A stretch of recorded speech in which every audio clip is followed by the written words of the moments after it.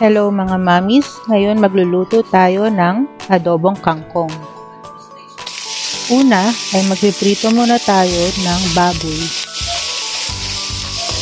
Takpan muna ito ng saglit hanggang magtubig. Prituin hanggang maging golden brown.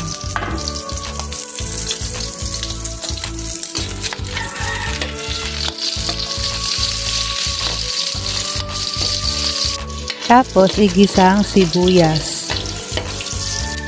Isunod ang bawang. Tapos igisa na kasama ang baboy. Lagyan ng paminta.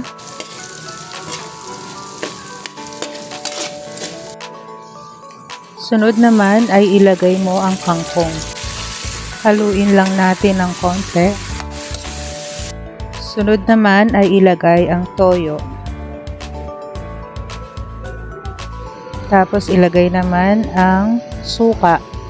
Sunod ay takpan ng ilang minuto. Buksan at lagyan naman ng oyster sauce. Ito ay optional. Tapos haluin ng mabuti hanggang sa maluto ang kangkong. Tapos na.